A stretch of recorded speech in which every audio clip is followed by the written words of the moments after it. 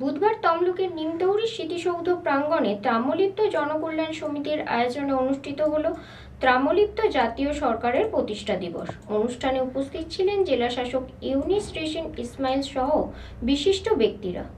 প্রতি বছরের মতো এবছরও 17 ডিসেম্বর তমলুকের নিমতৌরি স্মৃতিসৌধ প্রাঙ্গণে অনুষ্ঠিত হল ত্রাম্যলিপ্ত জাতীয় সরকার প্রতিষ্ঠা দিবস।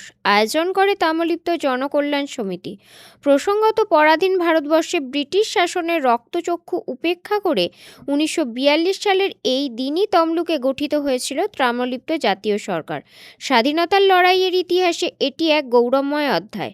সারা দেশে, যেখানে উত্তরপ্রদেশের বালিয়া ও মহারাষ্ট্রের সাতারার স্বল্পকালীন জাতীয় সরকার গঠিত হয়েছিল, সেখানে প্রায় 21 মাসের দীর্ঘ স্থায়িত্ব লাভ করেছিল ত্রাম্যলিপ্ত জাতীয় সরকার, যা স্বাধীন ভারতের ইতিহাসে এক অনন্য দৃষ্টান্ত। তৎকালীন এই জাতীয় সরকার গড়ে তুলেছিল প্রশাসনিক ব্যবস্থা, বিচার বিভাগ, এমনকি বিদ্যুৎ বাহিনীর মতো সংগঠন, যা ব্রিটিশ সরকারের সমান্তরালভাবে কাজ করত। তাই আজও বিশেষ মর্যাদার সাথে স্মরণ করা হয় এই ঐতিহাসিক দিনটিকে।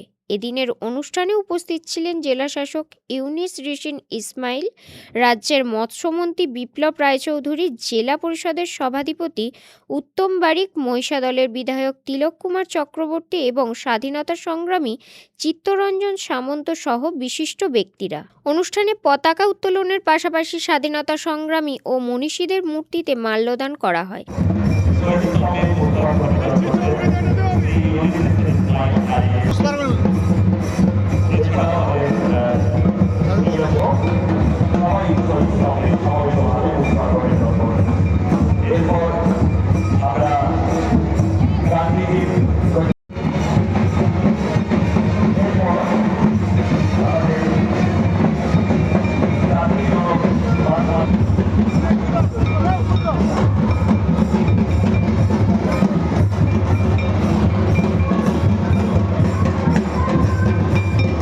এছাড়াও উপস্থিত ছিলেন স্থানীয় বিভিন্ন স্কুলের ছাত্রছাত্রীরা।